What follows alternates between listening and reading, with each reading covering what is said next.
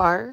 Hello mga kapabrian, this is Brian. You're watching again my short vlog for our today's short episode. Samahan niyo ako sa ating panibagong content na naman dito sa YouTube. So pag-uusapan natin ilang usapin talaga again na I hope na makakaroon kayo ng idea, lalo na sa mga first timers natin na magwo-work dito sa Croatia. But before anything else, if you haven't yet subscribed and if you are new to this channel, please help me to reach 5,000 subscribers. And again, lagi po ako nagpapasalamat. Super thank you talaga sa lahat po ng mga taong hindi nag-i-skip na ads sa aking mga videos na ina-upload. Ayan, dito sa YouTube. So ngayon po ay nagluto ako ng ating ulam. Ito, nagluto tayo ng hotdog. Kakain na tayo with kasamang malamig na Coca-Cola, char. So, ayan, kakain na tayo. And ang schedule ko kasi today ay 7 AM to 2 PM. So, pang umaga tayo this week. And, nag-isip ko lang maggawa ng video. Kasi, ayun, homesick tayo somehow. Ayan, kain tayo. So, mag-isa lang ako sa bahay ngayon. Ayan, tato ko lang itong phone ko. Ayan, so wala nang tigil to. Tuloy-tuloy na ang pag-record natin ng ating vlog. Ayan, samahan niyo ako kumain guys. As I mentioned nga a while ago. Homesick tayo for how many days na. Although yung pagka-homesick ko naman, hindi na yung kagaya dati na iiyak ako. Ayan, feel ko gusto ko na umuwi. Gano'n, hindi naman. Alam mo yun, normal lang naman sa mga Pinoy na nasa abroad na ma-homesick, mamiss ang bahay, mamiss ang pamilya, di ba?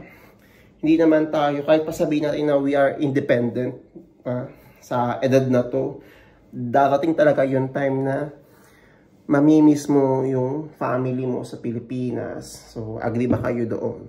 Ikaw, nanonood, alam kong matagal ka na sa abroad or first time mo, ano ginagawa nyo po para maibsa ng homesickness?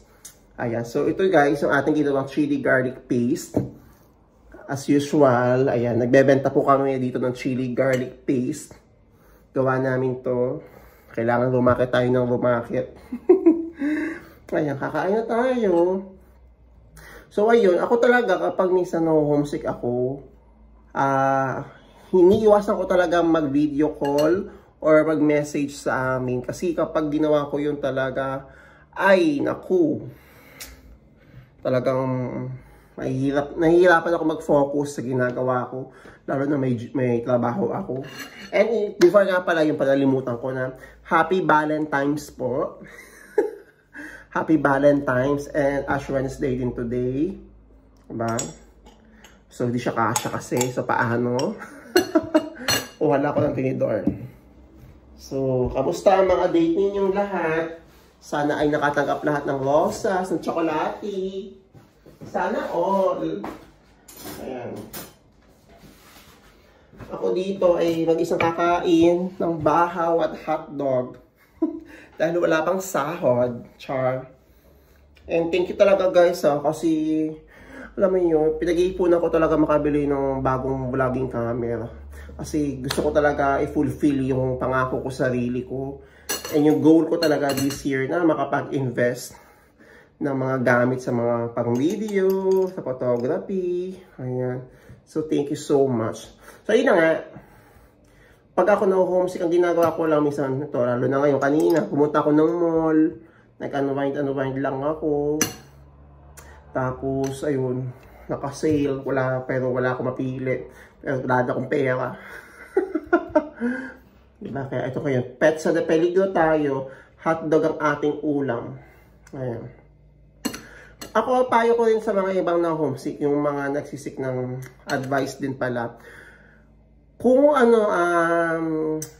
merong makipag-join kayo sa mga community dito sa Croatia, lalo sa mga bagong dating and first time makapag-abroad, tapos Europe agad. Ayun, napakaraming community dito sa Croatia, mga Pinoy community ang pwede nyo ma-encounter. So, join kayo doon para maging active kayo. And nga pala, Ayan, shout out kay Sir Erwin, yung admin po ng Filipino-Croatian Community. Ayan, Facebook page nila, guys. Nag-gather sila ng isang party for Filipino. So, thank you so much, Sir Erwin. And Sir Philip, ayan, for making this very possible for every Filipinos to gather together. Kasi bibihira lang mangyari yan. Kasi alam niyo naman, everyone is busy, trabaho, tapos yung iba ay unfortunately wala pang trabaho since winter nga. Ayun.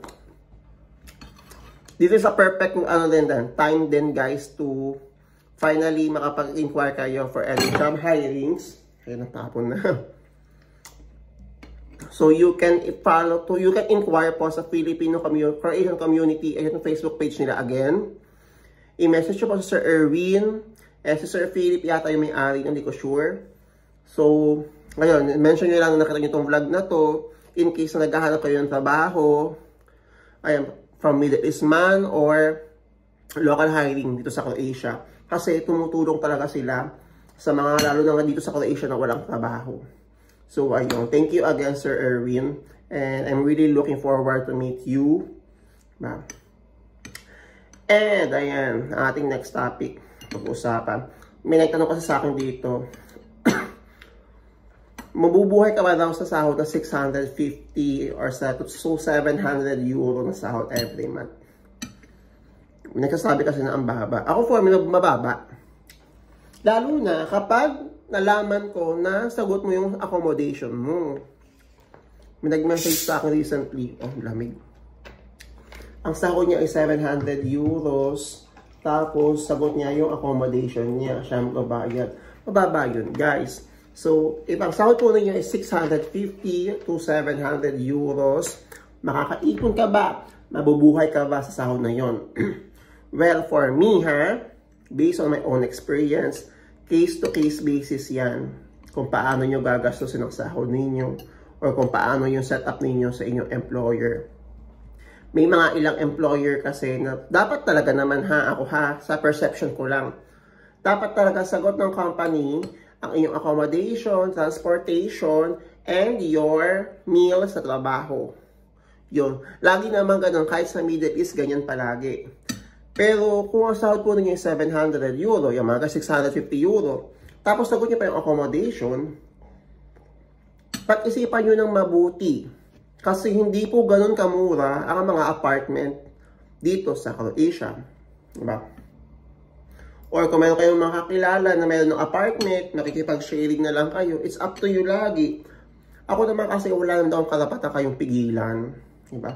Nagbibigay lang naman ako ng opinion ko based sa aking experience. So, pag-itipan nyo ng mabuti. Kasi, kayo rin ang mahihirapan dyan. Lalo na kung galing kayo ng Middle East, tapos, feeling niya bumaba na nga yung sahod ninyo, tapos ganun pa magiging setup. Hindi dapat ganun, okay? As much as possible, sagot po dapat na employer yung mga yan. Lalo na ang accommodation. Sarap. Ito, mahilig ako kumain ng chips habang kumakain. Kasi ito naman ay patatas. Lang. Hindi ko na magawa. Tapos, ako, kamusta naman daw ako sa trabaho ko. So far, okay naman. Fair yung treatment, for sure. Kasi umiikot yung schedule. Tapos, pag uuwi sila, uuwi niya rin ako. Ganun, alam mo yun, walang pahalong, basta wala, normal lang talaga. Trabaho-trabaho lang. Walang drama. Kaya sabi ko, okay ito. At saka mostly talaga, ang ginagawa ko sa work talaga ay nag-refill lang ako ng mga supply. So alam mo yun, hindi ako kumakausap sa tao. Which is yun yung pinakagusto ko kasi kaya ako, isa sa dahilan bakit ako nag-apply sa supermarket. Less contact sa tao. alam mo yun, hindi ka na kailangan kausapin, ano to, ganyan-ganyan. Andun na, kasi Croatia naman, may mga labels naman yung mga product. So somehow, nakafocus lang sa ginagawa ko. Yun lang.